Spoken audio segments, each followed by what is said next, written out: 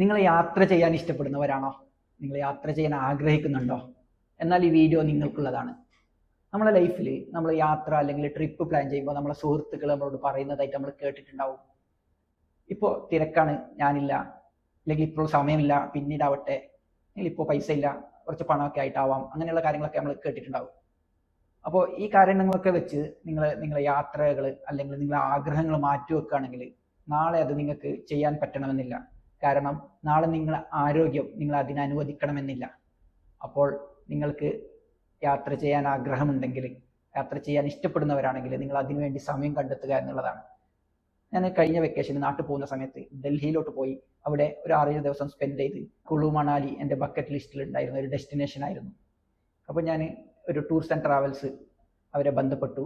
അവർ എനിക്കതിന് സപ്പോർട്ട് ചെയ്തു തന്നു.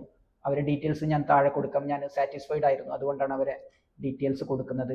അവരെ പാക്കേജിൽ ഉൾപ്പെട്ടതെന്ന് വെച്ചാൽ Delhi to Delhi Volvo trip, അതുപോലെ തന്നെ കുളു മണാലി അവിടെയുള്ള ടാക്സി, പിന്നെ ഫുഡ്, അക്കോമഡേഷൻ ഉണ്ടായിരുന്നു. അപ്പോൾ അതൊക്കെ ഇതിൽ ഇൻക്ലൂഡഡ് ആണ്.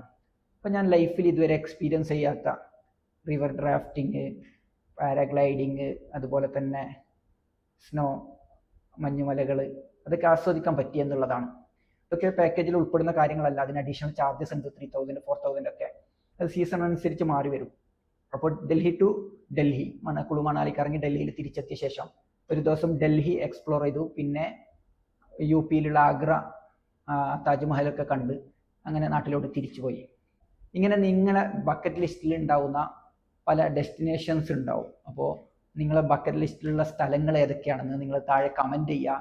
അതുപോലെ നിങ്ങളെ എക്സ്പീരിയൻസ് കൂടി താഴെ ഷെയർ ചെയ്യുക. അത് മറ്റുള്ളവർക്ക് ഉപകാരപ്രദമായേക്കാം.